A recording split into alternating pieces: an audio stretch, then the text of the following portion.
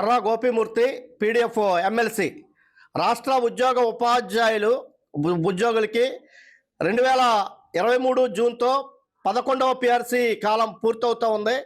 2023 July 1తో 12వ PRC ఇవ్వాలి. అది ఏ ప్రభుత్వం అయినా ఎన్నికలకి వెళ్లే ముందు ఉపాధ్యాయుల ఓట్ల కోసం ఆ ప్రభుత్వాలు ఇంటీరియం రిలీఫ్ ఇచ్చి ఎన్నికలకి వెళ్ళేవి. అప్పుడు రాజశేఖర్ రెడ్డి గారు టైంలో 22% ఐఆర్ ఇచ్చారు. తదుపరి కిరణ్ కుమార్ రెడ్డి గారు టైంలో 27% ఐఆర్ ఇచ్చారు. తదుపరి చంద్రబాబు నాయుడు గారు 20% ఐఆర్ ఇచ్చి ఎన్నికలకి వెళ్ళటం జరిగింది. 3 ఎన్నికలు చూసుకున్నటువంటి సందర్భంలో తదుపరి జగన్మోహన్ రెడ్డి గారు వచ్చిన తర్వాత 27% ఐఆర్ ఇవ్వటం, అదేవిధంగా పిఆర్సీ ఇచ్చే సందర్భంలో ఒక రివర్స్ పిఆర్సీ ఇచ్చి రాష్ట్ర ఉపాధ్యాయుల యొక్క ఆర్థిక మూలాల మీద గత వైసీపీ ప్రభుత్వం దెబ్బతీసింది.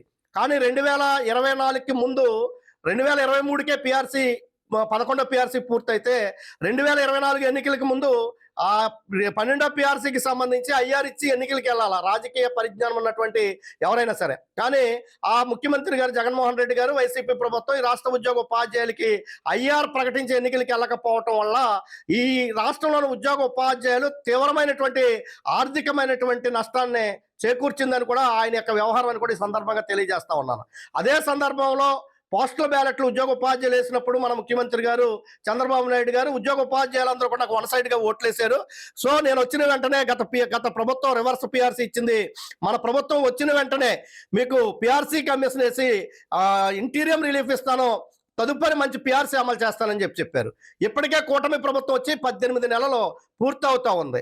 వాస్తవంగా పిఆర్సీ యొక్క ఆర్థిక ప్రయోజన కాలమే 5 సంవత్సరాలు. ఇప్పటికే 2023 జూలై నుంచి లెక్కేసుకుంటే 2.5 సంవత్సరాలు పూర్తయిపోయింది. అంటే ఇప్పటికి 5 సంవత్సరాల ఆర్థిక ప్రయోజనం కాలంలో 2.5 సంవత్సరాలు పూర్తయిపోయిందంటే మరలా ఈ రాష్ట్ర ఉపాధ్యాయులు పిఆర్సీ తీవ్రమైనటువంటి నష్టాన్ని చేకూరుస్తుందని చెప్పి కూడా ఈ సందర్భంగా తెలియజేస్తా ఉన్నాను. గతంలో 6 నెలలకు ఒకసారి డిఏ వచ్చేది, 5 సంవత్సరాలకు ఒకసారి పిఆర్సీ ఆటోమేటిక్ గా వేసేవారు.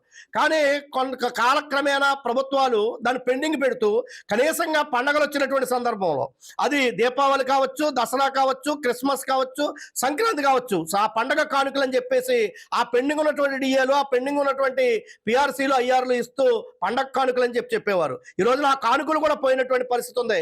ఇప్పుడు సంక్రాంతి పండుగ వస్తుంది కాబట్టి ఈ ప్రభుత్వం ఇప్పుడైనా సరే ఈ 2.5 సంవత్సరాల కాలం పాటు నష్టపోయినటువంటి ఆ పిఆర్సీ కమిషన్ ని వెంటనే నియమించి ఇంటీరియం రిలీఫ్ ఇవ్వాలని చెప్పి పండగ ముందే రాష్ట్ర ప్రభుత్వం డిమాండ్ చేస్తా ఉన్నాం. 6 నెలలకు ఇవ్వాల్సినటువంటి డిఏల్లో ఈ 18 నెలల కాలంలో 4 డిఏలు పెండింగ్ ఉంటే కేవలం 1 డిఏ మాత్రమే ఇవ్వటం జరిగింది. ఇంకా 3 డిఏలు పెండింగ్ ఉన్నాయి. అంతేకాదు రిటైర్డ్ అయినటువంటి ఉద్యోగులకి గ్రాడ్యుటీ కానీ లీవ్ ఎన్కేస్మెంట్ కానీ ఇవ్వలేనటువంటి పరిస్థితి ఉంది. అదేవిధంగా పోలీసులకి సంబంధించి సరెండర్ లీవులు పెండింగ్ ఉంది.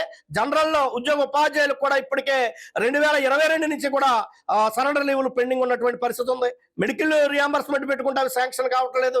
అదేవిధంగా పిఎఫ్ జేపీజీఎల్ఐ లోన్లు పెట్టుకుంటే శాంక్షన్ కావట్లేనటువంటి పరిస్థితి ఉంది. కాబట్టి ఏదైతే ఈ రాష్ట్ర ఉపాధ్యాయులకి ఇది ఫ్రెండ్లీ ప్రభుత్వం, ఉపాధ్యాయులకి మంచి చేసే ప్రభుత్వం అని చెప్పినటువంటి ముఖ్యమంత్రి గారు మాట నిలబెట్టుకుని ఈ పండుగ లోపే కనీసంగా ఆ పిఆర్సీ కమిషన్ వేసి ఇంటీరియం రిలీఫ్ ప్రకటించాలని చెప్పి, పెండింగ్ లో ఉన్నటువంటి 3 డిఏల్లో కనీసం 2 డిఏలు ఇవ్వాలని చెప్పేసి, రిటైర్డ్ ఎంప్లాయీస్ కి గ్రాడ్యుటీ లీవ్ ఎన్కేస్మెంట్ చెల్లించాలని చెప్పేసి, ఉపాధ్యాయుల యొక్క సరెండర్ లీవులు చెల్లించాలని చెప్పి, పెండింగ్ లో ఉన్న ఆర్థిక బకాయిలు చెల్లించాలని చెప్పి పీడిఎఫ్ ఎమ్మెల్సీగా రాష్ట్ర ప్రభుత్వాన్ని, మన ముఖ్యమంత్రి గారిని కూడా డిమాండ్ చేస్తా ఉన్నాను. చరిత్ర సృష్టించినోడు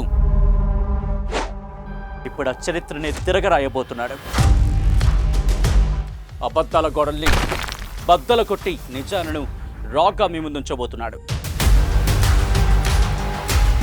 నిజమైన వార్తల కోసం వెంటనే డౌన్లోడ్ చేసుకోండి రా యాప్ని.